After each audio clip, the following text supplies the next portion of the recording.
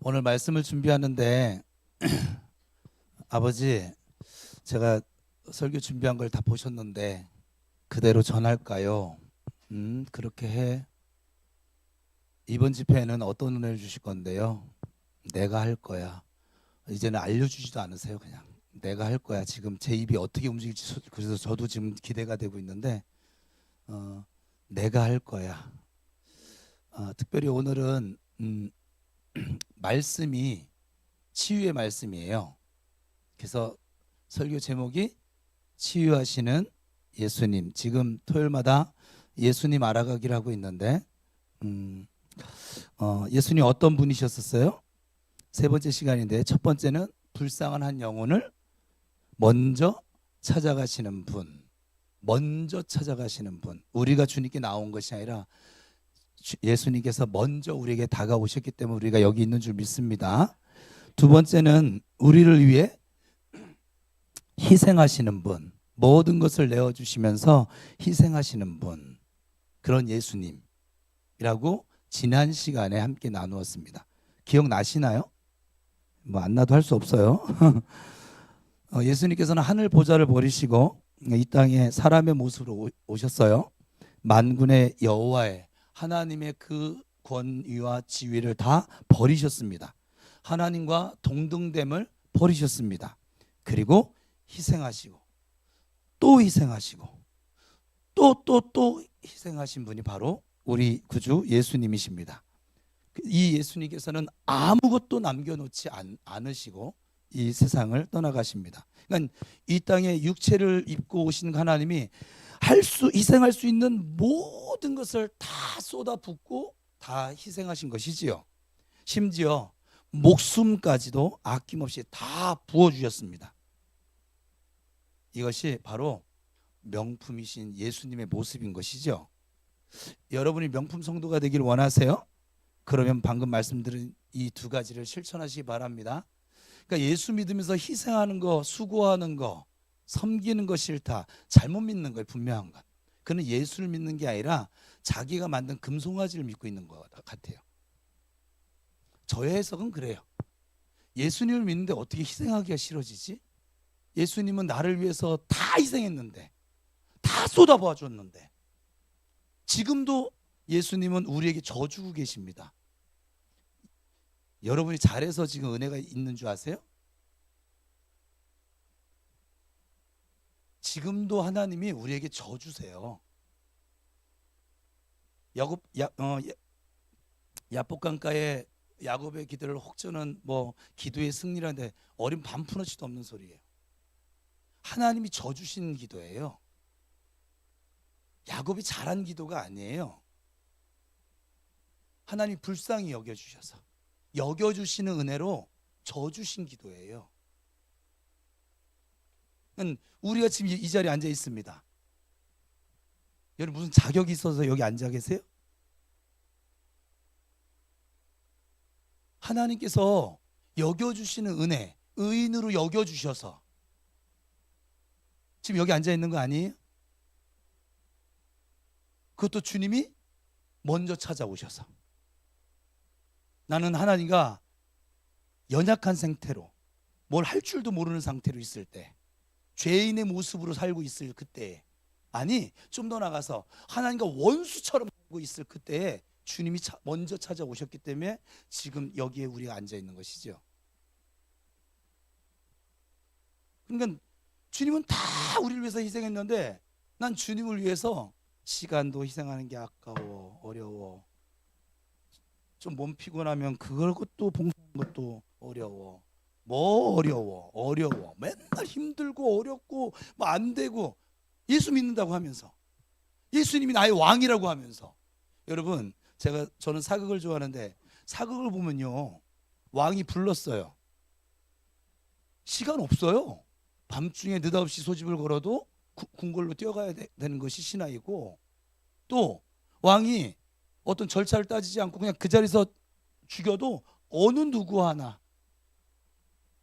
대항할 수 없는 게 왕이에요. 예수님이 우리의 왕이신 줄 믿습니다. 예수님이 나의 왕이라고 믿으시는 분만 아멘. 왕 맞으세요? 그 왕을 왜 그렇게 섬겨요? 반역하세요?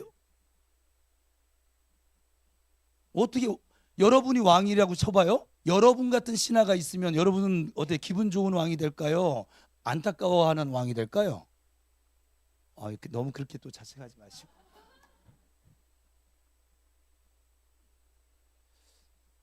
우리가 사나 죽으나 주님의 것이라 고백하잖아요.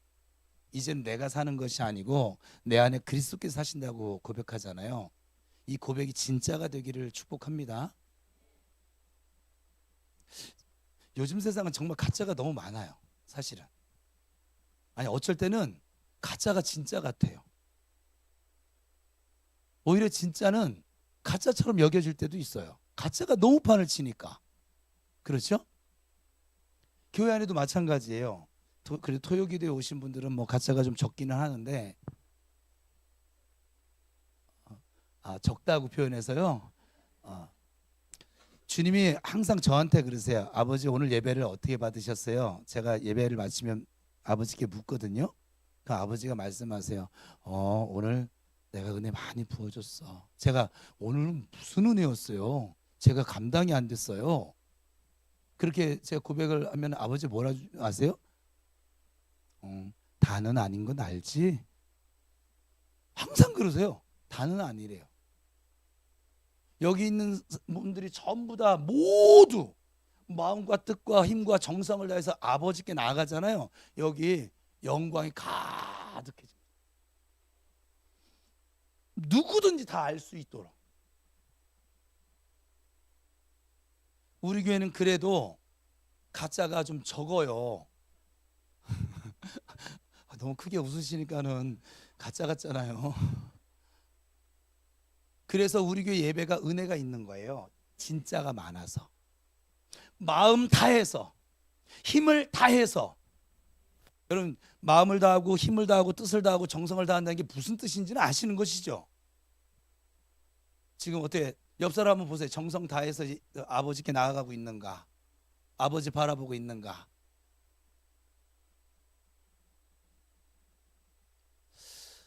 잠언서에 보면 나를 간절히 찾는 자가 나를 만날 거야.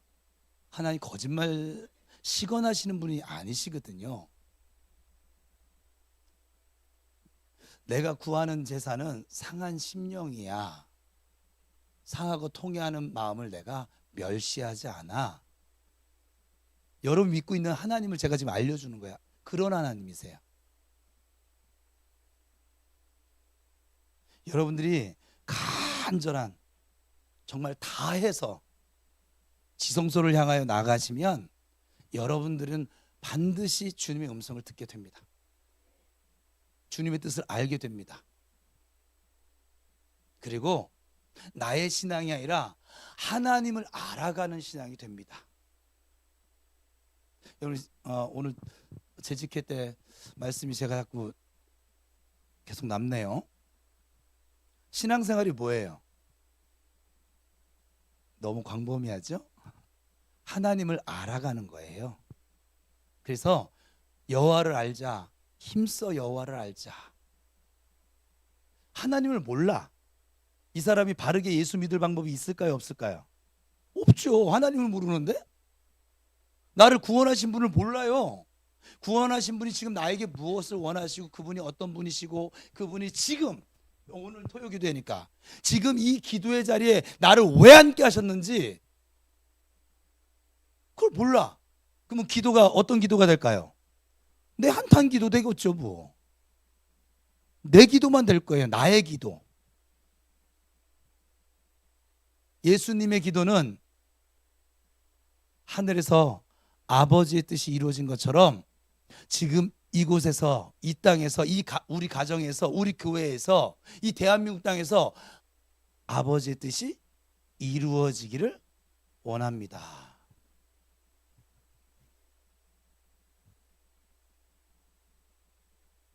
간절히 주님을 찾길 바랍니다. 간절한 마음으로 주의 말씀을 들어보세요. 그러면 왜 금을 못 캐겠습니까? 우리 교회 예배에서 금을 못 캐는 사람은 불쌍한 사람입니다. 사실은 저 북한 사람만큼이나 불쌍합니다. 제가 볼 때는. 홍수 속에 살면서도 가뭄을 느끼는 사람이니까 이게 얼마나 불쌍한 사람입니까?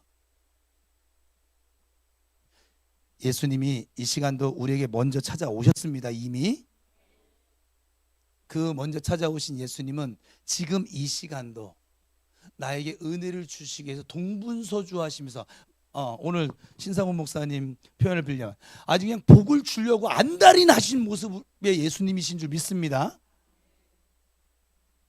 그 우리에게 복과 은혜를 안겨다 주려고 지금도 희생하고 계세요. 하나님 보좌 우편에서 우리를 위해서 기도하고 계세요. 근데 예수 믿는 사람이 기도를 안 할 방법이 있어요? 그런데 없어요. 내가 지금 기도를 토요기도는 다 기도하러 왔으니까 여기 안 온 사람 얘기하는 거예요. 지금 방송도 지금 이걸 관심 있으니까 보겠지. 예. 축복합니다. 예수를 믿으면서 기도를 안 한다라고 하는 것은 예수를 엄밀하게 말하면 믿지 못하고 있는 거예요. 왜냐하면 예수님이 요한복음에서 분명히 말씀하셨거든요. 너희가 지금까지는 내 이름으로 아무것도 구하지 않았지만 이제 예수님 믿게 되어졌으니까 영생을 얻은 의인 되어졌으니까 내 이름으로 무엇이든지 구하거라. 그리하면 그 다음 말이 저에게는 아주 큰 놀라운 일이에요. 내가 시행할 거야. 우리가 기도하면 누가 움직여요? 예수님은 지금도 우리를 위해서 희생하고 계세요. 내가 뭐라고? 서순자 성도님이 기도를 하면은 예수님은 바빠져요. 여러분이 기도하면 예수님이 매우 바빠져요. 근데 우리는 효자들이라 예수님 너무 피곤하실까봐 바쁘실까봐 기도를 안 하는 거잖아요. 그렇죠? 자꾸 뼛속에 가시가 있네. 오늘 이제 세 번째 시간이에요. 예수님 알아가기. 세 번째, 치유하시는 예수님에 대해서 함께 살펴볼 거예요. 지금 사실 의학이 무척이나 발달, 지금 의료 대란이 일어나서 뭐 난리긴 하지만 그럼에도 불구하고 아직도 멀었습니다. 신문을 보니까 암의 치료를 놓치는 가장 큰 원인이 의사들의 오진 때문이라고 합니다. 암을 초기에 발견해서 환자들에게 통보를 해주면 거의 지금 의학 수준으로는 완치가 가능하대요. 1기 뭐 2기 정도까지는. 그런데 초기 진찰에서 이걸 놓치는 거예요. 거의 60% 70%가 된다는 거예요. 그러다가 나중에 3기 4기 말기가 되면 그때서야 비로소 암의 통보를 받게 되니까 이미 손 쓸 시기가 다 지나버린 것이죠. 의사들도 온전히 그런 면에서 신뢰할 수만은 없는 거예요. 그들도 사람이니까. 지금 21세기에도 이런 오진이 많다면 예수님이 이렇게 지금 활동하던 그 시대에는 어땠을까요?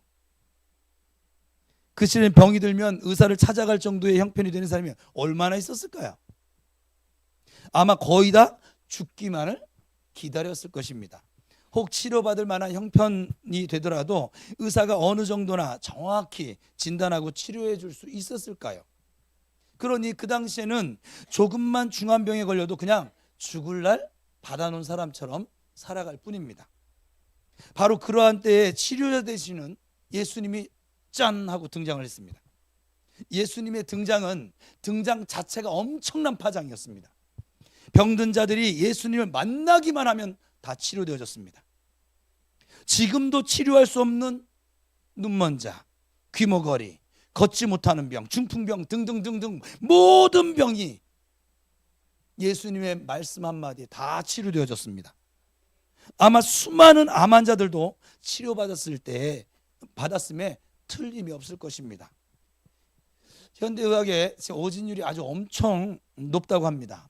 그런데 이 예수님의 오진율은 0%죠. 현대의학으로 치료 가능한 비율이 얼마일까요? 고치지 못할 병이 수없이 지금도 많습니다. 그래서 지금도 젊은 나이에 세상을 등지는 사람이 무척이나 많은 것이에요. 그러나 예수님은 100% 치료가 가능하신 분이십니다. 의학과 과학이 아무리 발달해도 오진율 0%는 불가능합니다. 그리고 치료 확률 100%도 절대 불가능합니다. 하지만 예수님께서는 오진율은 0%요, 치료 가능 확률은 100%이십니다. 이 예수님이 당시의 사람들만 치료해 주실까요? 아니죠. 2000년 전에 십자가 보혈이 지금 우리에게도 동일하게 효력이 있어 우리가 구원받은 것처럼 치료도 마찬가지입니다. 주님께서 여러분의 모든 질병을 치료해 주심을 믿으시기 바랍니다. 그분은 육체적인 질병만 치료하시는 것이 아니라 우리의 영적인 부분, 우리의 이 마음의 질병까지도 치료해 주고 계십니다. 오늘은 이 주님의 치료의 방법을 살필 것인데, 우리들도 이 치유의 복을 누리고 아울러 치유자가 되어져서 치유의 능력을 펼쳐나가실 수 있게 되기를 축복합니다. 이미 머리가 무거웠던 사람은 머리가 좀 맑아지지 않았을까요? 우리 기도 시간 지나고 나서 찬양하고 기도하면서 좀 어깨가 무거웠던 사람은 어떠세요? 어깨 한번 돌려보세요. 이렇게. 여러분들은 잘 믿으실지 모르지만 우리 어제도 전도를 갔어요. 전도를 갔는데 저는 얼굴 보러 갔어요. 기도를 하고 있는데, 매일 기도를 하고 있는데 얼굴을 본 적이 없어서 너무 궁금한 거예요. 기도를 하다 보면 그 사람이 궁금해져요. 여러분, 내가 정말 진심으로 누군가를 위해 기도하고 있는가 아닌가 알 수 있는 비결이 있어요. 그 사람이 지금 영적인 상태가 어떤가 아닌가 궁금해져야 돼요. 왜? 내가 간절하게 기도하고 있거든요. 여러분들이 간절하게 여러분 부모님 위해서 기도해요. 그 부모님의 상태가 어떤지 아닌지 확인하고 싶어요? 안 확인하고 싶어요? 간단해요. 내가 지금 기도를 하고 있는지 안 하고 있는지, 나의 기도를 하고 있는지, 성령께서 시키시는 기도를 하고 있는지, 믿음의 기도를 하고 있는지, 아니면 그냥 청구서 남발하는 기도를 하고 있는지 알 수 있어요. 열매로. 내 몸에 나타나요. 그 열매가. 우리가 예수 믿으면요, 열매가 나타나요. 어떤 열매요? 성령의 9가지 열매가 나타나요. 사랑과 희락과 화평과 오래 참과 자비와 양선과 충성과 온유와, 이렇게 안 쉬고 하면 9가지를 그냥 순서대로 쫙 오는데 하나씩만 하면 이게 안 되네. 왜 그런지 모르겠네. 애초에 이렇게 외워서 그래요 지금. 근데 애울 것도 아니고, 예수를 정말 믿잖아요. 그럼 변화를 받아요. 내가 변화를 하는 게 아니라, 우리는 여러분 습관 하나를 못 바꾸잖아요 지금. 예수 믿은 지 40년 됐는데 습관 바꾸신 분 한번 손 들어보세요. 스스로 말본세를 하나 못 바꾸잖아요. 변화는 받는 거예요. 죽었던 사람이 살게 되어지니까 변화가 나타나지는 거예요. 여러분이 막 변하려고 노력하지, 여러분 백날 노력해도 또 넘어지잖아요. 왜 넘어지는 줄 아세요? 여러분 변화시킬 능력이 없어요. 예수님이 내 안에 왕으로 좌정하시면 변화됩니다. 예수님의 보혈을 의지하는 삶을 살게 되면 여러분이 변화가 나타나십니다. 우리가 주님 안에 거하기만 하면 열매는 맺혀집니다. 우리가 맺는 것이 아니, 우리는 그걸 착각하더라고요. 내가 맺으려고 하고 내가 변화받으려고 하니까는 낙심이 돼요, 기쁨이 생겨요? 낙심이 돼요. 낙심되는 이유예요. 왜냐하면 여러분에게는 그런 능력이 없어. 여러분에게는 기도할 능력도 없어요. 예배 드릴 능력도 없어요. 순종할 능력은 당연히 없고, 용서할 능력? 아유, 세상 말로 지금 표현 나올 뻔했어요. 줘버려 그냥. 예? 없어요. 그걸 어떻게 하냐고. 여러분이 진 거잖아 지금. 여기 앉아 계신 분들, 여러분이 진 거 아니에요? 여러분 용서 잘 하십니까? 기도를 하고 해도 안 되는 게 용서 아니에요? 왜 안 될까요? 예수님은 우리한테 1만 달란트를 용서해 주셨는데, 빚을 갚아주시고 내 마음에 있는 들보를 다 끄집어내셔서 깊은 바다에 던지시고 용서해 주셨는데, 채찍에 맞으면서까지 내 죄를 용서해 줬는데, 왜 우리는 그 정도 죽을 죄는 아니거든요. 사실 돈 몇 푼, 아니면 내 감정 건드린 거, 좀 내 생각과 좀 다른 말을 했던 거, 근데 왜 용서를 못 할까요? 여러분들이 받은 용서는 진짜 맞아요? 십자가가 진짜 맞아요?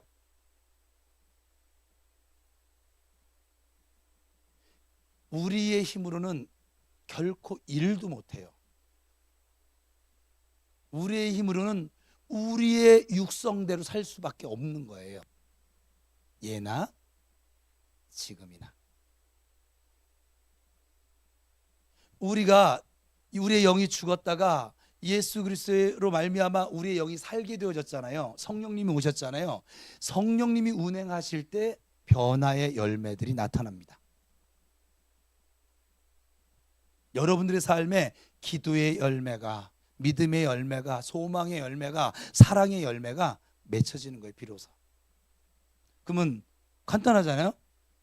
내가 가진 믿음이 진짜인가 가짜인가. 너희가 믿음이 있는가 시험해 보라고 하셨으니까 뭘로 할 수 있을까요? 열매로 할 수 있어요. 왜냐하면 예수님이 그렇게 말씀하시고 열매로 그들을 알리라. 열매가 안 좋아. 그럼 나쁜 걸 심었겠죠. 뭐. 선한 것을 심으면 선한 열매 열립니다. 기도를 심으면 기도의 열매가 열립니다.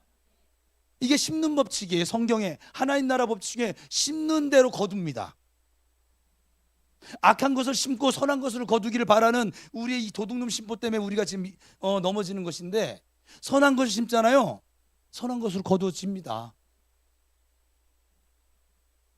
여러분들이 시간을 심잖아요. 하나님께서 시간의 복도 주십니다.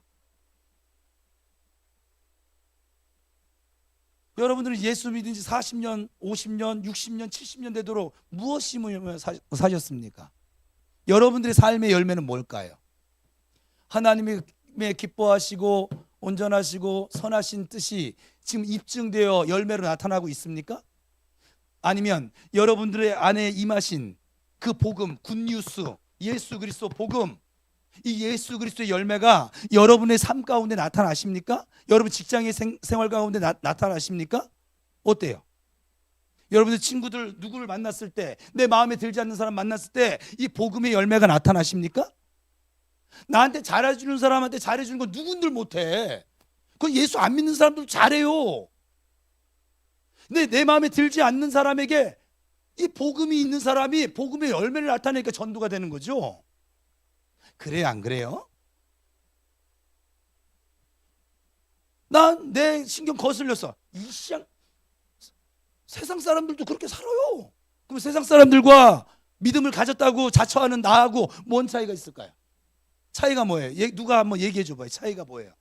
주일날 교회 오는 거, 그죠? 예배 시간에 자리 따뜻하게 데피는 거. 또 교회 안에 성도들, 나한테 그래도 좀 친절하게 대해주는 이 성도를 만나면 안녕하세요, 반갑습니다, 축복합니다. 왜 밖에 나가서는 왜 이게 축복합니다를 안 하세요? 왜 예수 안 믿는 사람에게는 주의 은혜와 평강으로 왜 축복을 하지 않습니까? 거기는 하나님이 안 계시니까. 어때요? 어떠세요? 열매로 알 수 있어요. 사역자만 열매로 하는 것이 아니라 우리 성도들도, 그러니까 그리스도인은 뭐냐면 그리스도의 열매를 맺게 돼 있어요. 왜냐하면 그리스도가 이 안에 계시니까. 맨날 먹고 마시고 함께 대화하고 교제하고 묵상하고 상고하고 기도하고, 그래 뭐가 나올까요? 그리스도가 나오죠. 말로만.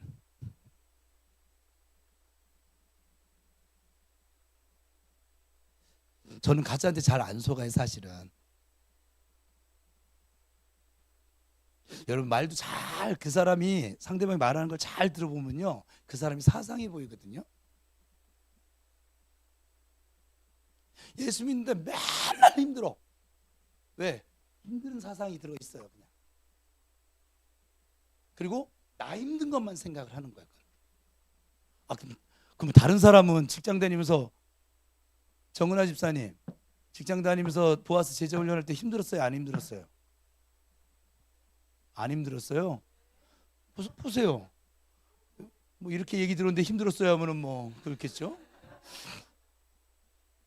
저 친구가 제자 훈련 받을 때 직장을 다니면서 새벽 2시까지 성경을 읽고 12시까지 제자 훈련을 받고 저녁 7시 반부터, 여러분들 놀라지도 않지만 나는 한 하루에 12시간 제자 훈련 받는 사람이니까, 그죠?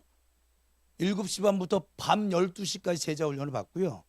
그리고 제자 훈련 마치고 나서 우리 교회 성경 통독하거든요. 성경을 그제서야 읽고, 더군다나 또 목사가 성경 소리내서 읽으라고 또 명령까지 해가지고 그거까지 다 읽고, 그리고 기도하고 나면 2시간 넘는데요.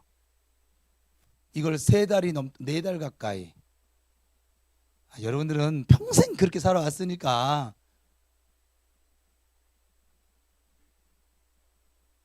근데 왜 안 힘들다고 할까요?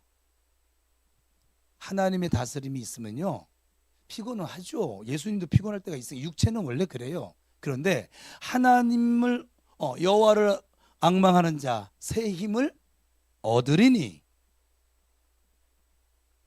우리가 예수 믿는 사람들이 맨날 피곤해 지쳐 사는 것도 그것도 아니에요. 왜냐하면 주님의 말씀을 헛되이 만드는 것이거든요. 독수리의 날개치며 올라가는 같은 새 힘을 얻게 될 거야. 청년이라도 장정이라도 다른 박질 칠 수 있어. 그래요, 안 그래요? 우리 내 생각을 가지고 사는 거예요. 여전히 내 생각, 내 경험. 나는 어제 12시간, 나는 제가 지금 어제 새벽 1시 정도에 잠들었다가 3시 반에 주께서 깨우셔가지고 이거 이때 이렇게 깨우시면 어떡하죠? 저 어떡하라고요? 왜요? 저 올라가요? 이 시간에? 제가 올라가니 저희 옥상에 가면 뺑뺑이 제 기도처가 있거든요. 어떡하죠? 그래서 저 좀 재워주세요. 저 오늘 할 일이 너무 많아요. 재직기도 해야 되고, 전도도 해야 되고, 밥도 먹으러 전도도 하러 가야 되고, 그리고 소요기도도 해야 되고, 끝나고 뭐 또 상담도 하란지. 저요 너무 많아. 재워주세요. 더 또렷해주세요. 그럼 어제는 제가 편했냐? 아니요, 어제 전도했거든요.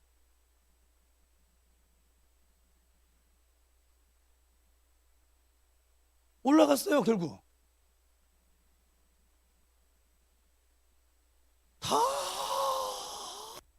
하고 그랬더니 6시가 넘었더라고요.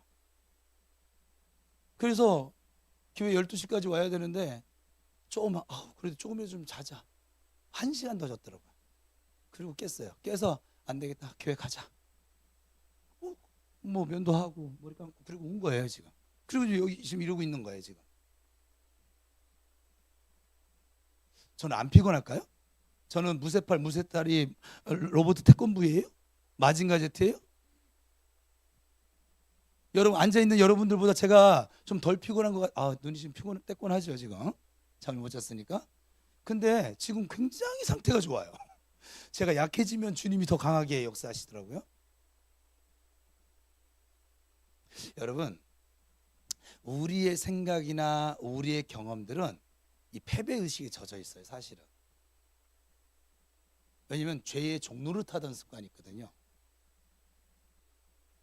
근데 모든 것을 이기신 예수의 영이 들어오면 더 이상 패배의식 속에 살게 하지 않으세요. 예수의 영은 승리의 영입니다. 치유의 영이시고 모든 신령한 복들을 우리에게 안겨다 주신 분이세요. 믿으시면 큰 소리로 아멘. 근데 왜 계속 패배의식 속에 살까요 우리는? 기도 신나게 해놓고 또 기도 끝나면 또 힘들어. 기도 왜 했어 그러면? 뭐 때문에? 우리 습관이라니까요. 우리 교회는 지금 은혜가 충만한데서 그렇게 하는 사람이 많지는 않아요.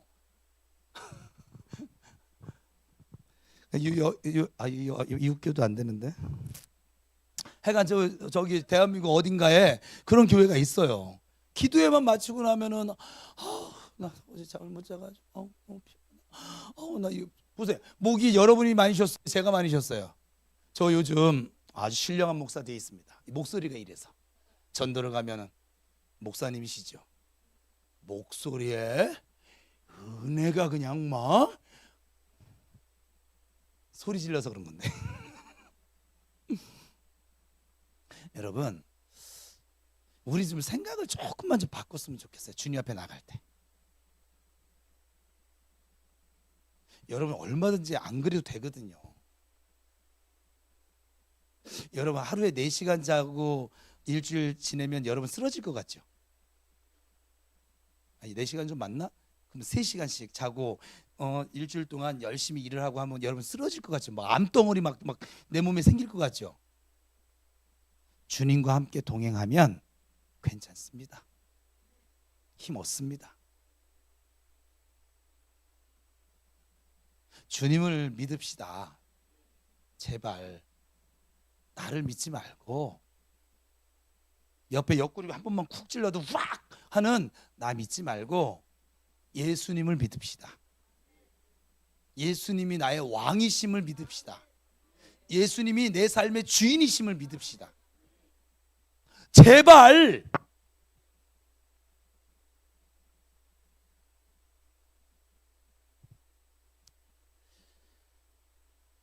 첫 번째 치유의 주님 뭐냐면 예수님께서 말씀으로 치료하였습니다. 같이 읽으면 오늘 본문인데 시작.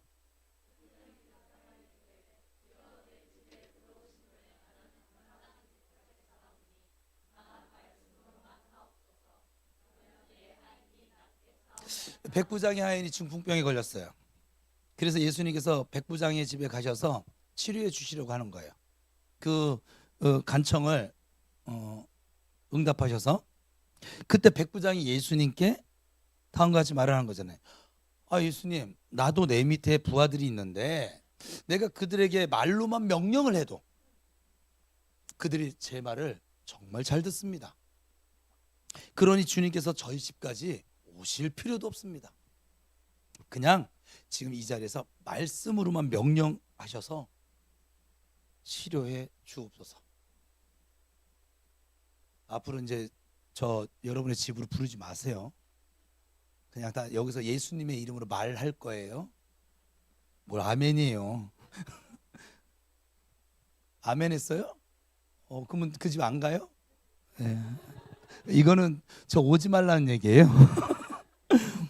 이 말을 들으신 예수님의 반응이 무엇입니까? 내가 이처럼 믿음 좋은 사람을, 좋은 믿음, 큰 믿음 가진 사람을 이스라엘 가운데서 만나보지 못했다. 그리고 주신 복의 말씀이 뭐냐면, 능력의 말씀이 뭐냐면 너의 믿음대로 될지어다. 이 말씀에서도 우리가 믿음으로 기도하면 되어집니다.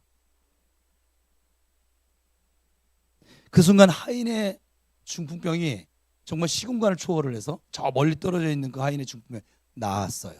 나중에 이 시간을 따져보니까 어떻게 이런 일이 일어날 수 있을까요? 말씀 자체가 가진 능력 때문이에요. 말씀은 곧 하나님이십니다. 말씀은 곧 예수님 자신 그 자체입니다. 요한복음 1장 1절인데 같이 읽습니다. 시작.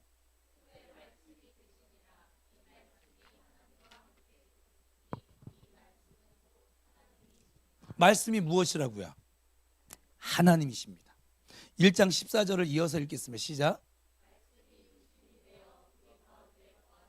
우리가 그의 영광을 보니 아버지의 독생자의 영광이요 은혜와 진리가 여기 말씀이 하나님이라고 했는데 말씀이 육신이 됐대요. 그러니까 하나님이 육신이 된 거죠. 그죠?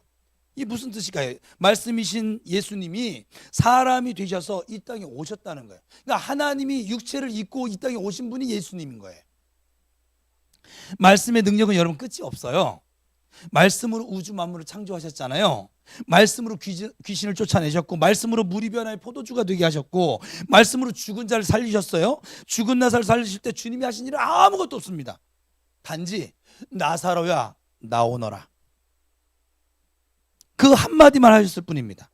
그런데 죽어서 썩어 냄새나던 나사로가 그 말씀에 아주 벌떡 반응하며 일어납니다. 주님의 말씀은 산자에게만, 살아있는 우리에게만 효력이 있는 것이 아니라 죽은 사람에게까지도 그 명령에 복종시키는 권세가 있습니다. 죽으면 모든 게 사실 끝나버리거든요.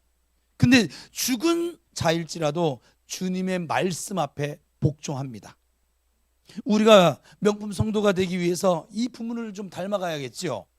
우리의 입술이 권세 있는 입술이 되어져서 치유할 수 있어야만 합니다.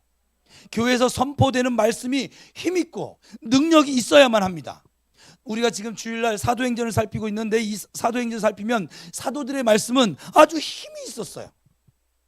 그래서 듣는 자들이 회개가 되어집니다. 질병이 치료되어집니다. 성령께서 임하십니다. 어느 정도나 힘이 있었는지 아십니까? 아나니와 삽비라, 우리 교회에서 살폈는데 베드로가 책망의 말씀을, 예수님이 아니에요, 베드로 목사님께서 책망의 말씀을 했을 때 그들의 생명이 정말 그 자리에서 끊어져 버렸어요. 힘 있는 말씀 때문에 날마다 믿는 자들이 더해져 갔고 하나님께서 살아계심을 모두 다 볼 수 있었고 느낄 수 있었습니다. 여러분이 말씀을 통해서 은혜 받기를 원하십니까? 설교를 들을 때마다 은혜 받는 것은 참으로 귀한 일이에요. 그러나 우리가 사도행전적이를 원한다면 은혜 받는 소극적인 것에서 더 벗어나서 좀 적극적이 되어져야만 합니다. 어떤 것이 적극적인 것일까요? 같이 읽습니다. 시작. 하나님의 말씀이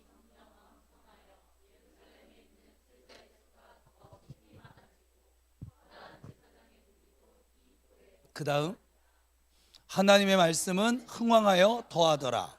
이와 같이 주의 말씀이, 이게 이 하나님 말씀이 나오면 따라붙는 단어들이 있잖아요. 지금 읽어보니까 그죠? 왕성, 흥왕, 힘, 막 이런 표현들을 쓰고 있어요. 은혜 받은 것은 내 마음의 상태를 말합니다. 나 은혜 받았어. 그러나 말씀의 능력이 밖으로 나타나야 힘이 있을 것이고 왕성해질 것이고 흥왕하게 될 거 아니겠습니까? 말씀의 능력이 밖으로 나타날 때 꼭 뒤따라오는 것이 있어요. 그것이 바로 심령의 부흥이요 마침내 교회의 부흥으로 나타나집니다. 은혜 받은 것으로 끝나서는 안 됩니다. 그래서 은혜를 많이 받는다면 자신의 믿음은 지켜나갈 수 있습니다. 그러나 영혼을 살리고 교회를 부흥케 하는 것은 받은 은혜가 능력이 되어 밖으로 나타나져야만 합니다. 입증되어 나타나져야만 합니다. 여러분이 은혜 받는 데만 그치지 마시고 깨달은 말씀에 순종할 수 있기를 다시 한번 주님의 이름으로 축복합니다. 여러분의 그래서 입술이 믿음의 입술이 되어져서 능력이 나타날 수 있기를 축복합니다. 우리 교회 강단이 은혜만 끼치는 강단이 아니라 능력이 있고 권세가 나타나는 강단이 될 수 있기를 축복합니다. 말씀을 듣는 도중 막 질병이 치료되어지고 귀신이 물러가고 막 이렇게 기도해야 하면은 성령 충만 받고 하나님께서 살아계신 증거들이 나타나져야만 합니다. 말씀이 선포되는 이 시간에도 우리에게 사모하는 마음이 있고 주의 성령께서 함께 하신다고만 하면 치료의 역사가 나타날 줄 믿습니다. 오늘 주님께서 저에게 미리 말씀하셨어요. 오늘 이 말씀대로 제가 여러분들한테 고백했었잖아요. 사도행전 강의하면서 이 강단에 선포되어지는 말씀이 그대로 우리 성도들의 삶에 교회 가운데 나타나지기를. 오늘 이렇게 준비하는데 우리 반주자가 와가지고 목사님 저 드릴 말씀이 있어요. 뭐요? 그랬잖아요. 내가 없는 말 하는 게 아닌데.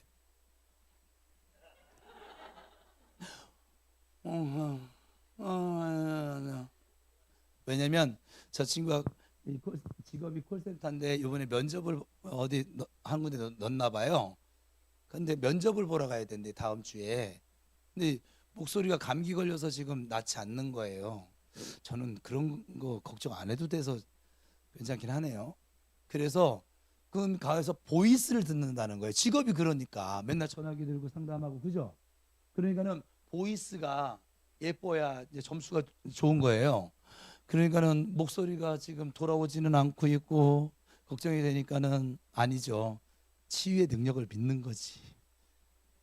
그래서 목사님 기도해 주세요. 그래서 기도해 주려고 목에 딱 써놓고 우리 치유 은사 임하신 성도들도 오라고 해서 막 기도하려고 하는데 주님이 저한테 하신 말씀이 생각나는 거예요. 야 오늘 이 집회 중에 하나님이 치유를 나타내시겠다고, 직접 주님이 하시겠다고 말씀하셨어. 너 여기서 치유받으면 또 목사님이 기도해서 낫구나, 뭐 성도들이 아니, 이 집회 가운데 고쳐질 거예요. 믿음대로 될 거예요. 그렇게 말씀하셨어요. 이 강단에서 선포되어지는 말씀대로 주님, 이게 그냥 한 귀로 듣고 쉥 하고 지나가는 그냥 여느 때의 믿음이 아니라, 그건 믿음도 사실 아니죠.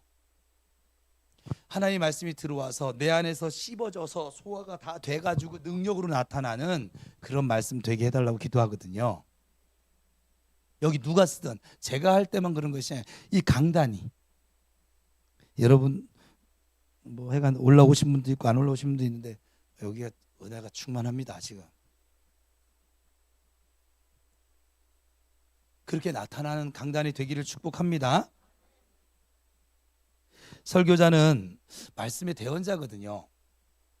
그런데 어떤 설교자에게는 능력이 나타나고 또 어떤 설교자에게는 능력이 나타나지 않는 것을 우리가 경험하게 됩니다. 하나님의 말씀은 엄청난 능력이 있거든요. 그렇지만 그 말씀이 설교자를 통해서 한번 걸러져서 선포될 때 그 능력이 감소되기도 하고 그 능력이 나타나기도 하기 때문에 그래요. 우리 교회가 어떤 교회가 되기를 원하십니까, 여러분? 여러분의 입술이 어떤 입술이 되기를 원하십니까? 주님의 말씀이 능력이 차고 넘쳐서 허다한 무리들을 치료하신 것처럼 예수님의 3대 사역이 있어요. 첫 번째가 뭐예요? 네? 가르치시고, 마태복음 10장에 나오죠? 두 번째는 고치시고, 치유예요. 교육하시고 치유하시고 그리고 전파, 전도하시고. 우리 이게 교회 사명이에요. 교회는 가르침을 받아야만 합니다. 잘 가르치는 교회가 좋은 교회입니다. 두 번째, 잘 고치는 교회가 좋은 교회입니다. 특별히 앞에 있는 목사는 정형외과가 전문이에요.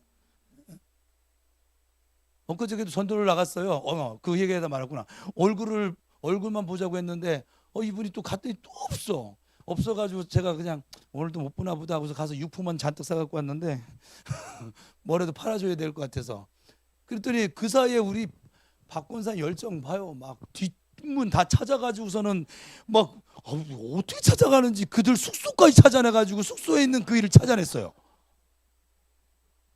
그들이 자기가 만나고 왔으면 또 끝날 건데 또 우리 가게인데까지 또 그 뒷문 통해가지고 쪽문 통해가지고 와가지고서 이육 집사고 나도 옆에 있는데 그래서 저도 같이 갔죠. 뭐 얼떨결에 막 찾아갔어요. 막 창고를 지나가고 뭐 위로도 아니고.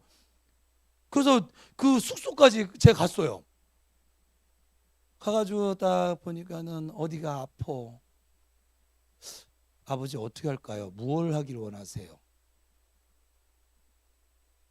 치유할 마음을 주셨어요. 저한테 치유 은사가 있으니까. 그래서 어디가 아프냐 물으니까 뭐 잠을 못 자서 뭐 어깨가 막 어쩌고저쩌서 뭐 허리가 척추측만증이 있어가지고 뭐 그리고 다리가 짝짝이시더라고요. 한쪽은 굵고 한쪽은 얇고 척추측만증 때문에. 그래요? 그러더니 지금 제일 아픈 데가 어디야? 머리요. 뭐 아프다는데 우리가 뭐 어떻게 보이소? 내가 하는 게 아닌데. 그죠? 제가 잠깐 기도 좀 할게요. 그래도 제가 목사인데 기도할게요 하고서 머리에 손을 얹었죠. 또 우리 이육 집사님이나 박권사님 같이 기도하고. 머리가 어떻게 됐을까요? 어깨는 어떻게 됐을까요? 물으나 마나지 뭐. 이런 얘기를 들으면 남의 얘기 듣는 것 같잖아요. 그렇지 않습니까? 예수를 40년 믿는데 우리가 예수님의 제자거든요. 근데 또 예수님이 요한복음에서 뭐라 하냐면 예수님을 믿으면 예수님보다 더 큰 일도 할 거야 라고 말씀하셨거든요. 더 큰 일은 고사하고 예수님이 하신 일도 지금 못하잖아요. 맨날 자기만 돌보잖아요. 그냥 내 감정에만 빠져있고 맨날 넘어졌다 일어났다 넘어졌다 맨날 이것만 반복하고 있잖아요. 40년 동안. 그래요, 안 그래요? 맨날 시험 들었다가 막 삐졌다가 올라왔다가 삐졌다가 올라왔다 삐졌다가 올라왔다 삐졌다가 올라왔다 삐질 때는 예수님 없어. 그나마 올라오면 예수님 그냥 조금 있어. 그냥 이 변화가 없는 거예요. 없는 이유예요. 예수님을 못 믿는 거예요. 예수님이 하신 일을 그도 할 것인데 더 큰 일을 할 거야. 이 말씀을 못 믿는 거예요. 지금 내 안에 임하신 그 예수님께서 이 보혈의 권세와 예수님의 이름의 능력으로 이 말씀으로 얼마든지 사단 죄송합니다. 처음 오신 분들 그냥 제가 좀 이 부분은 이제 거칠어 질래 이제 제가 상대하다 보니까는 사단한테 존칭을 붙이면 안 돼요. 사단님께서 이렇게 하면 안 되잖아요.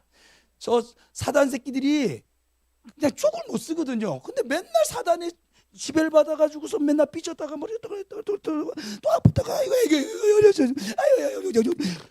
이러고 사는 거예요. 이러고 교회 다녀. 제가 볼 때는 그 성도가 좀 미친 것 같아요. 어떻게 예수 그리스도 고린도후서에 보면 예수 우리 이 질그릇에 이거 우리를 질그릇에 표현하거든요. 이 질그릇에 보배를 지녔대요. 보배이신 예수 그리스도. 이 보배이신 예수 그리스도를 지니고 있는 자는 죽어도 살고 아무것도 가지지 못한 것 같지만 모든 것을 가진 자이고 무명한 자 같지만 유명하고. 여러분 우리가 예수를 진짜 바르게 믿지 않으면요 하나님의 영광을 가리우는 거예요. 이 하나님의 이 능력 있는 말씀을 저 세상 사람들에게 아무런 능력이 없는 그냥 책 속에 갇혀져 있는 하나님을 만드는 꼴이 되는 거예요. 그렇게 예수 믿으실래요? 계속? 어떠세요? 오늘 거룩한 표정을 안 짓네. 당황스럽게 나만 그렇다고 또 얘기를 했더니 여러분 예수 믿으면 예수님이 하신 일도 할 것이고 그도 더 큰 일도 할 것이라고 누가 말씀하셨어요? 예수님께서 직접. 그러면 예수님 거짓말쟁이세요? 여러분 심령 속에 지금 거하시는 예수님은 가짜세요?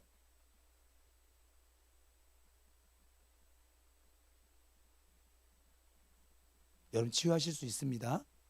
여러분이 치유하는 게 아니죠. 여러분 안에 동행하고 계신 그 예수 그리스도께서 치유를 나타내시는 것이죠. 우리는 그분을 믿으니까 손을 얹는 것뿐이고 손을 얹고 믿음의 기도는 병든 자를 구원한다 라고 말씀하셨으니까 예수 그리스도의 이름으로 믿음으로 손을 얹고 기도를 하면 병든 자가 구원함을 받을까요? 안 받을까요?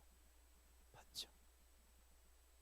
모두 다는 아니에요. 하나님의 섭리 가운데 예수 그리스도 안에서 하나님의 계획 가운데 어떤 얘기는 하나님의 섭리 가운데 병을 주신 분도 계세요.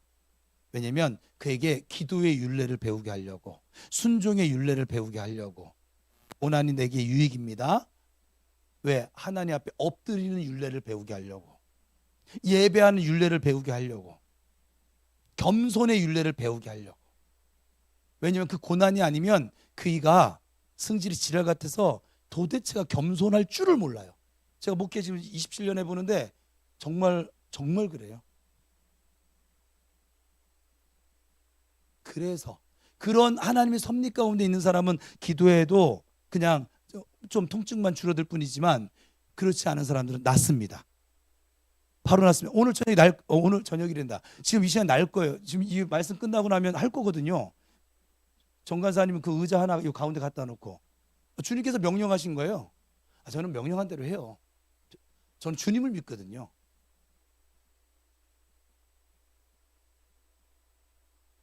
우리 교회도 말씀을 통해 수많은 치료가 예수님의 이름으로 나타나지기를 축원합니다. 두 번째, 예수님께서는 몸의 일부분을 만지심으로 치료하셨습니다. 8장 14절에서 15절 시작.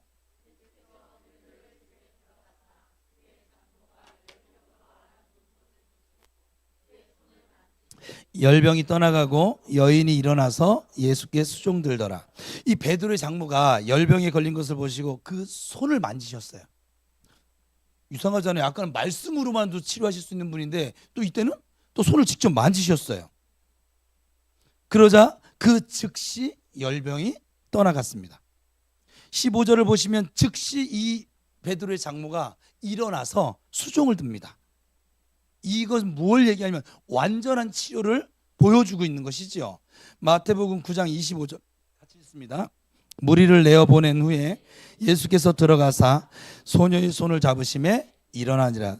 달리다굼 그 사건인데, 회당장 야이로의 딸이 죽었지만 예수님께서 딸의 손을 잡자 살아났습니다. 9장 29절에 30절 시작. 이에 예수께서 그들의 눈을 만지시며 이르시되 너희 믿음대로 그 눈들이 밝아진지라. 예수께서 엄히 경고하시되 삼가 아무에게도 알리지 말라 하셨으나, 두 소경의 눈을 만져 치료해 주시는 모습이에요. 아주 성경 곳곳에 주님의 만져주심이, 터치하심이 나타나고 있습니다. 주님의 손이 무슨 손입니까? 능력의 손입니다. 주님의 능력이 만지는 곳마다 치료가 되게 하셨습니다. 주님이 만지실 때 어떤 마음으로 만지실까요? 충만한 사랑으로, 불쌍히 여기는 마음으로, 민망한 이 여기는 마음으로 만져주십니다. 그래서 거기에 능력이 합쳐져서 수많은 사람을 치료하시고 구해주셨습니다. 요즘 성령 사역자들 가면 성령이 뭐 터치하심 이런 단어를 쓰고 있는데, 성령이 만져주심, 주님이 사랑의 손길로 우리의 마음을 만져주시면 마음이 치료가 되어집니다. 사람들의 마음속 깊은 곳에 쓴뿌리가 있을 수 있어요. 그 뿌리를 어느 누구도 끄집어낼 수 없습니다. 그러니 평생 미움과 저주와 원망 속에 살아가고, 그래서 그 인생이 아주 산산조각이 나지는 거예요. 그런데 성령께서 터치해 주시면서 그 쓴뿌리를 뱉어내게 만드시고 상대방을 용서하게 만드시고 하나님의 사랑을 힘입어 새로운 삶의 변화를 만나게 하십니다. 오늘 여러분 중에서 주님의 터치가 필요한 분이 계실까요? 마음의 터치, 육신의 질병의 터치, 기타 인생의 무거운 짐에 대한 터치가 필요하다면 주님의 손길을 사모하면서 기다리실 수 있기를 바랍니다. 그럴 때 꼭 만져주시며 치료해 주심을 믿습니다. 주님의 손길은 사랑의 손길입니다. 그분이 나를 만지시기만 하면 나의 모든 질병과 문제들이 다 해결되어집니다. 한편으로 주님은 우리의 손도 능력의 손이 되도록 하셨습니다. 마가복음 16장 시작.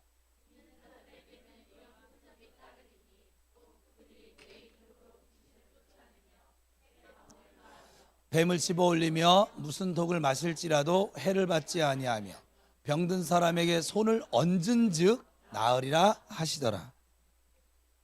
이 말씀 누구에게 주신 말씀이에요? 17절에 믿는 자들, 12 제자들에게 하신 말씀이죠. 아니요, 믿는 자들. 제가 그랬잖아요. 우리가 예수님을 믿잖아요. 믿음의 열매가 나타난다니까요. 내가 예수님을 믿는데 믿음의 열매가 안 나타나죠. 기적입니다. 옆 사람 보세요. 기적의 주인공 같은가? 잘 믿고 있는가?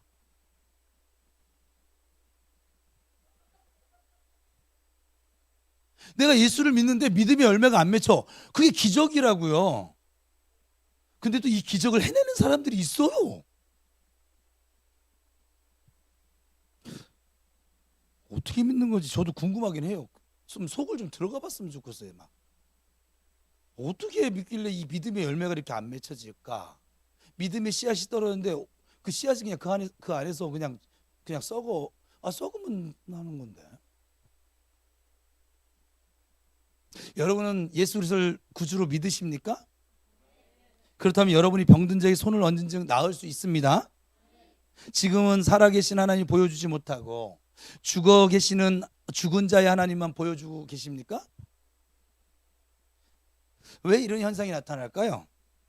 하나님이 능력이 약해졌기 때문에? 아니죠. 하나님께서는 어제나 오늘이나 내일이나 동일하십니다. 단지 우리들이 하나님을 약화시킨 결과들이죠.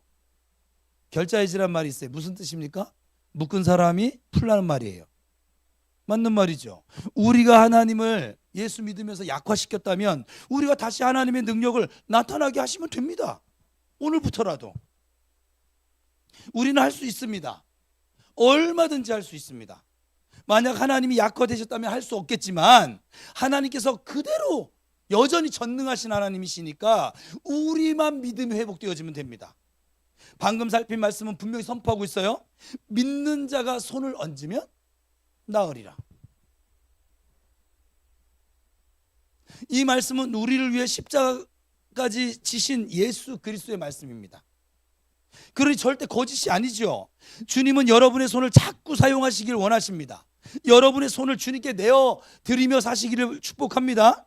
주님께서 우리를 도구로 사용하신다면 주님과 동일한 능력이 나타남을 믿습니다. 자신에게 아픈 곳이 있다면 손을 얹고 기도하십시오. 자녀가 아플 때도 손을 올려 기도하십시오. 이웃을 위해서도 기도하십시오. 하나님의 능력이 누굴 통해서 나타날까요? 손을 잡고 올리고 기도하는 사람. 여러분들이 손 올리고 기도하는 사람 될 수 있기를 축복합니다. 마지막으로 예수님께서 믿음을 보시고 치유해 주셨습니다. 주님의 능력이 나타나기 위해서는 우리가 믿음을 보여드려야만 합니다. 주님께서는 치료하시기 전에 꼭 믿음이 있는가 없는가를 확인하셨습니다. 주님께서 나의 병을 치료해 주신다는 믿음이 있다면 치료해 주심을 믿습니다. 치료해 달라고 할 때 해주셔도 좋고 안 해주셔도 좋고 뭐 이런 자세를 가지면 안 될 것이죠. 미지근한 믿음을 가진 사람을 향해서 주님께서 하신 책망의 말씀이 무엇입니까? 마가복음 9장 23절 시작.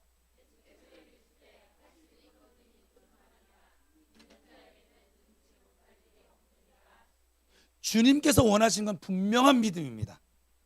하지만 우리들 중에 대부분의 사람들은 아주 두루뭉실한 믿음을 지니고 있어요. 기도는 하지만 정말 치료해 주실까? 이따가 할 건데 이 중에도 있을 거예요. 왜냐하면 항상 다는 아니니까. 겉모양은 다 믿는 것 같아요. 옷을 잘 입었잖아요. 화장도 잘 하셨고. 근데 주님은 어디를 보세요? 중심을 보시거든요.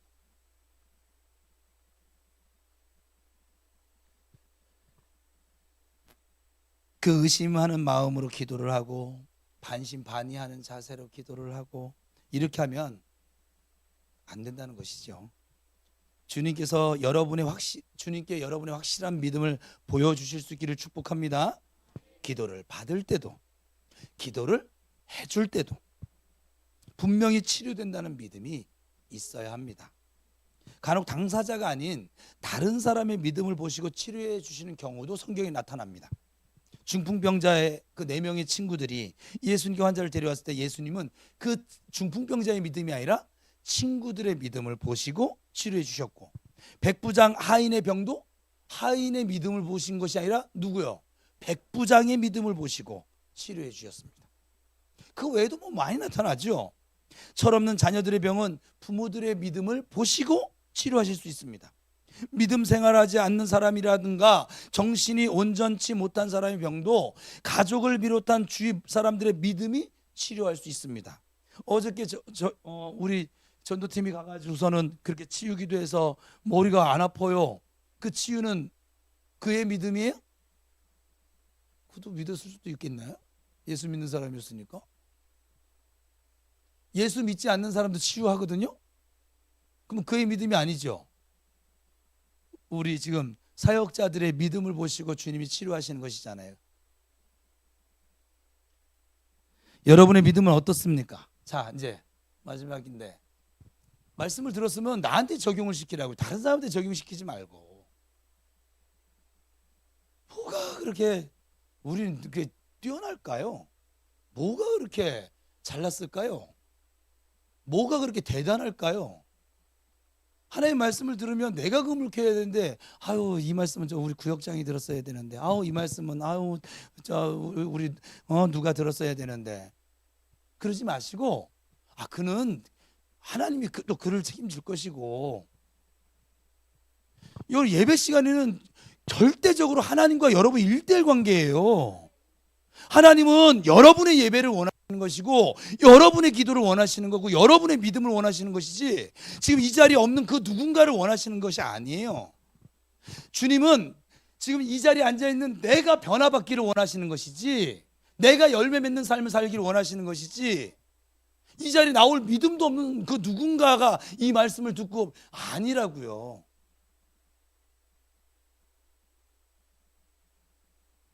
또 어떤 분은 그래요. 목사 이렇게 있으면 설교하면 목사님이니까 저렇게 말하죠. 등신 쪼다 바보 천치 멍게 말미잘, 아유 정말 쫓아가서 그냥 엉덩째를 그냥. 아니 그 말씀을 왜 꼭 그렇게 들을까 도대체. 뭐 때문에? 여러분들이 기억하기 위해서 적는 건 좋아요. 설교 시간에. 저도 그러니까. 왜냐 하브루타 시간에 전 나눠야 되니까. 인도자니까. 외부 강사가 오면 저는 항상 적어요. 근데 뭘 적냐면 하나님 말씀을 들으면서 내 안에 하나님을 향한, 주님 저는 어때요? 저도 그거 할 수 있을까요? 그 말씀에 대한 반응을 적는 것이지 거기다 성경 지식 적지 않아요.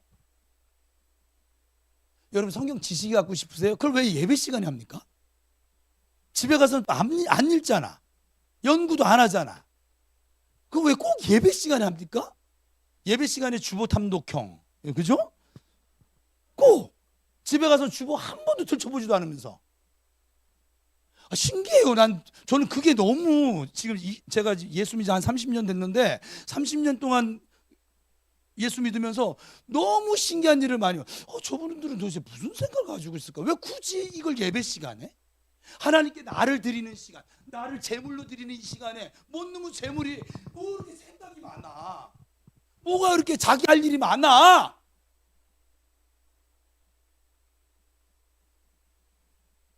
그리고 기도할 때만 내 답답한 일만 생기면 아버지!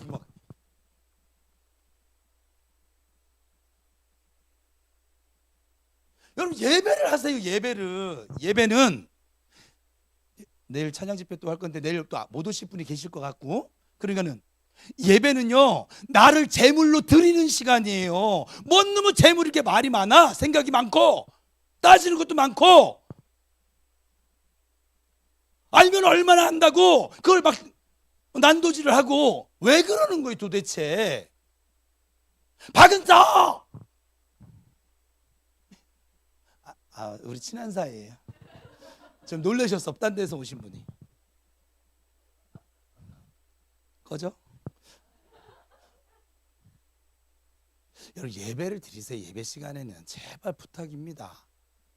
여러분들이 계속 이것만 40년, 30년, 20년, 10년 동안 이거 한 이유가 뭔지 아세요? 예배를 안 드려서 그래요.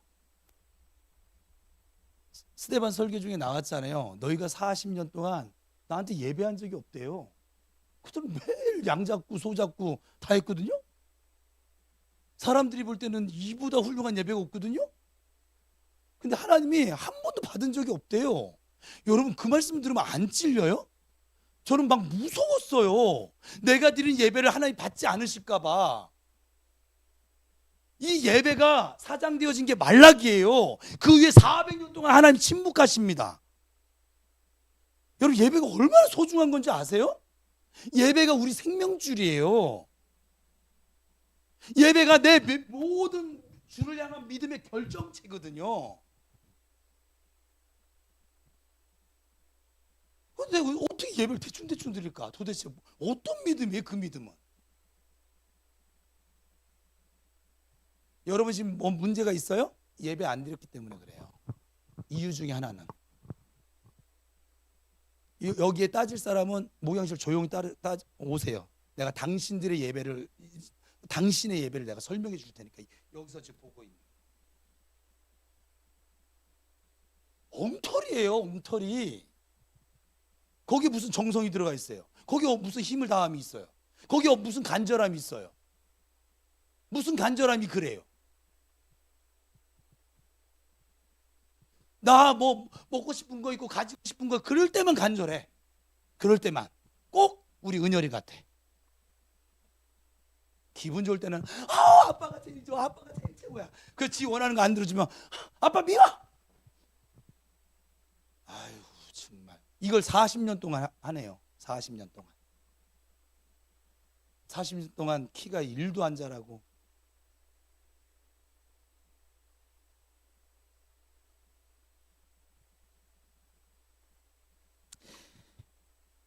예수님을 믿으시길 바랍니다.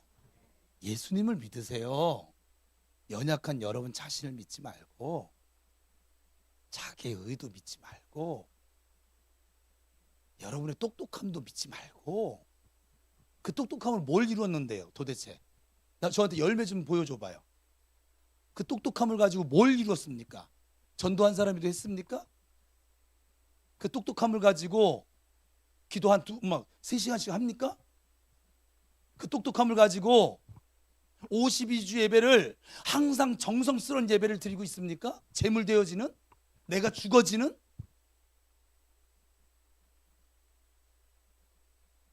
지금 혹시 문제가 이 자리에 앉아 있는 중에 있다고 하면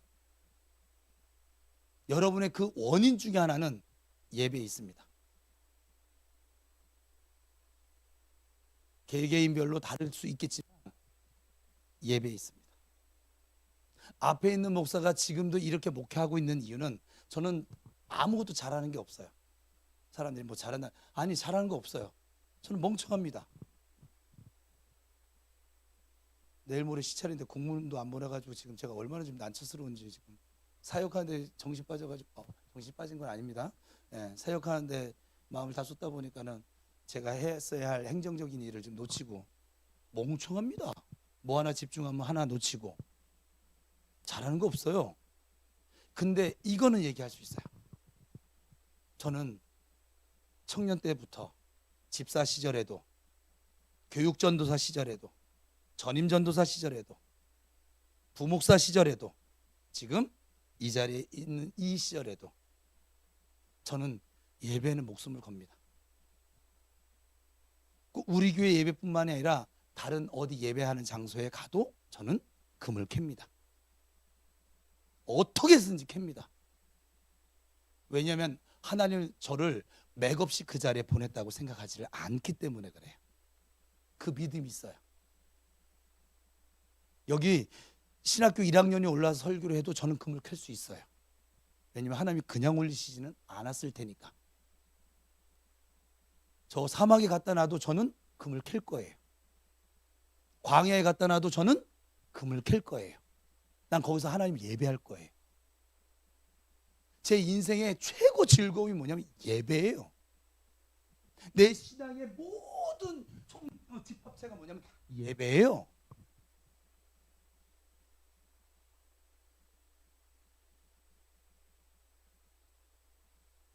여러분 예배 목숨 거세요. 제발.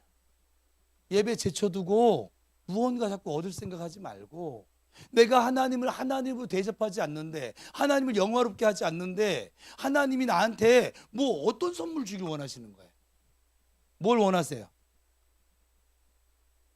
부자 만들어 줄까요? 어떻게 로또 번호 6개 알려드릴까요? 여호와를 인하여 기뻐하고 즐거워할 수 있는 방법은 없을까요? 우리는 도대체 꼭 손에 뭐가 쥐어져야지만, 그래야지만 예배할 수 있을까요? 옆 사람 축복합시다. 그리 아니하실지라도 감사하며 예배합시다. 성경에 예수님께서 믿음이 크다고 칭찬한 사람이 몇 명입니까? 2사람입니다. 백부장과 가나안 여인. 그럼 그들이 왜 칭찬을 받았을까? 예수님께 2사람 다 다른 사람의 병을 치료해달라고 요청하다가 칭찬을 받았어요. 자기의 문제가 아닌. 백부장은 하인이었고 가나안 여인은 귀신 들린 딸이었습니다. 왜 이들이 칭찬을 받았을까요? 사람이 가진 문제 중에 가장 심각한 것이 질병이거든요. 뭐니 해도 머니가 최고가 아니에요. 건강이 최고라고 제가 계속 듣고 있어요. 왜냐하면 우리의 생명과 직결되어져 있기 때문에 그렇습니다.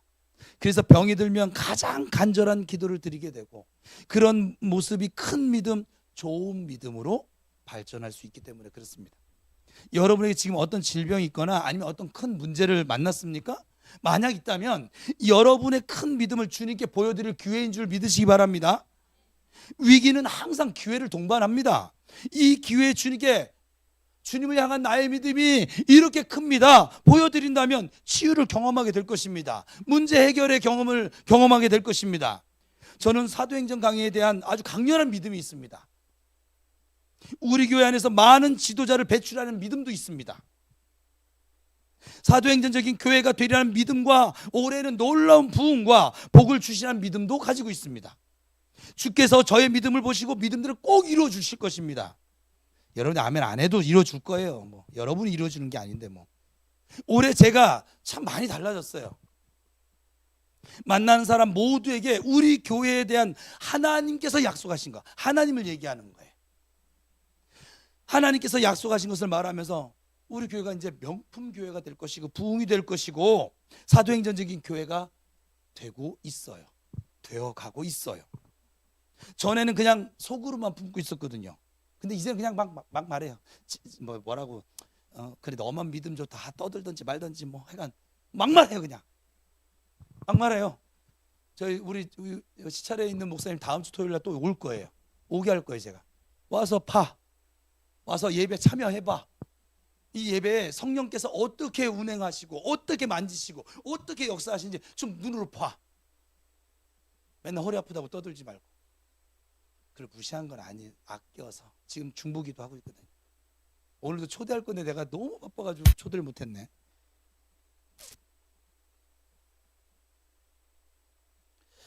왜 그렇게 계속 이렇게 고백하고 간증하듯이 말을 하느냐? 그전에는 있어도 말을 안 했거든요.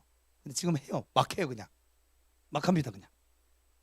왜냐면 내가 믿는 거로 말하는 대로 되리라는 믿음이 생겨졌어요. 여러분도 저와 그 부분에서 똑같은 믿음이 있어지기를 축복합니다. 올해 반드시 명품 성도가 예수님 닮은 명품 성도가 될 수 있기를 축원합니다. 주님을 닮아서 능력을 행하며 치료의 역사를 나타내시기를 바랍니다. 2000년 전에 주님께서 이스라엘 땅에서 수많은 병든 자들, 각양각색 병든 자들 다 치료하시며 하나님의 능력을 나타내셨던 것처럼 오늘 이 시대에도 여러분과 우리 교회를 통해서 이 치유의 역사가 마음껏 나타나게 되기를 다시 한번 주님의 이름으로 축원합니다.